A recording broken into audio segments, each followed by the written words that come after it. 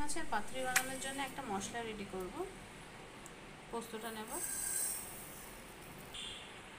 এবারে দেবো সাদা সরষে,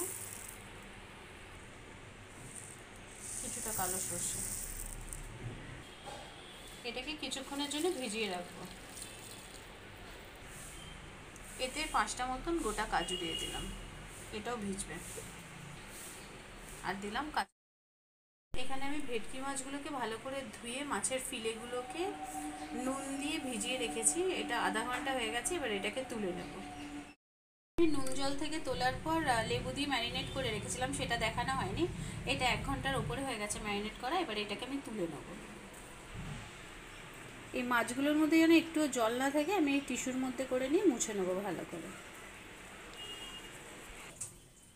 মাছগুলোকে আমি ভালো করে টিস্যু দিয়ে মুছে একদম শুকিয়ে নিয়েছি, কারণ এর মধ্যে যদি জল থাকে তাহলে যে মশলাটা ম্যারিনেট করব সেটা কিন্তু এর মধ্যে ধরবে না। এখন যে উপকরণগুলো ভিজিয়ে রেখেছিলাম সেইগুলোকে পেস্ট করব।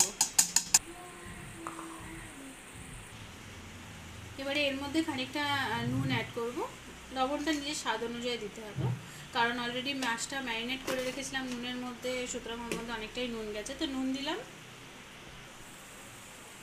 আর এতে আমি অল্প হলুদ দেবো, 1 চিমটি মতন, কারণ বেশি হলুদ ভালো লাগে না এর মধ্যে।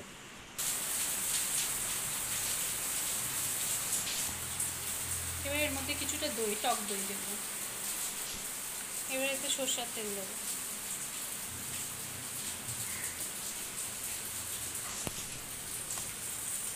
ভালো করে মিক্স করে নেবো এটাকে।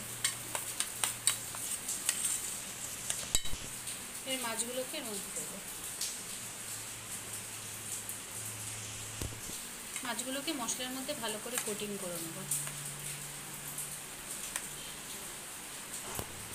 এবার মাছটা আমার ম্যারিনেট তো করেছি, অনেকক্ষণ হয়ে গেছে। এবারে আবার এর মধ্যে অল্প একটু সরষের তেল দিয়ে দিলাম, দিয়ে এটাকে ভালো করে আবার নাড়ায় নেড়ে নেব।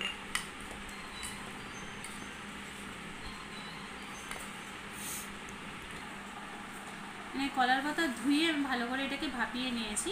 এবারে এর মধ্যে মাছগুলোকে দেব।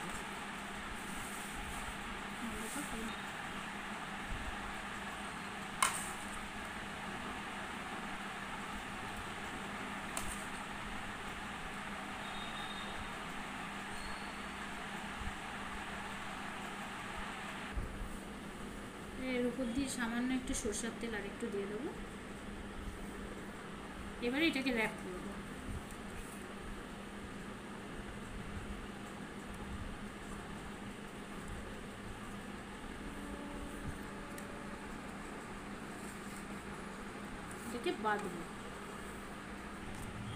এটাকে বাঁধবো। আমার কাছে মোটা সুতোটা নেই, যেটা আছে আমি সেটা দিয়েই বাঁধছি।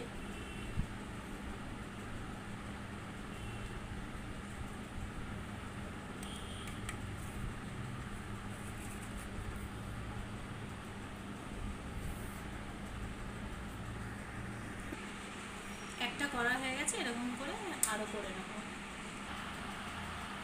আর একটা বানিয়ে নিচ্ছি।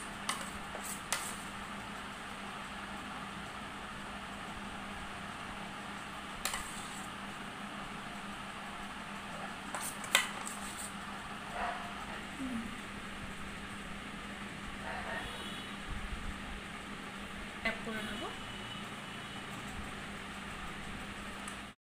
কটা পাতুরি রেডি করা হয়ে গেছে, এবারে এটাকে বানানোর পালা।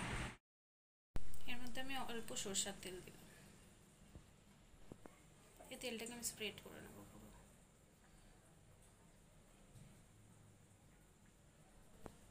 এবারে আমি পাতুরিগুলো দিয়ে দেবো।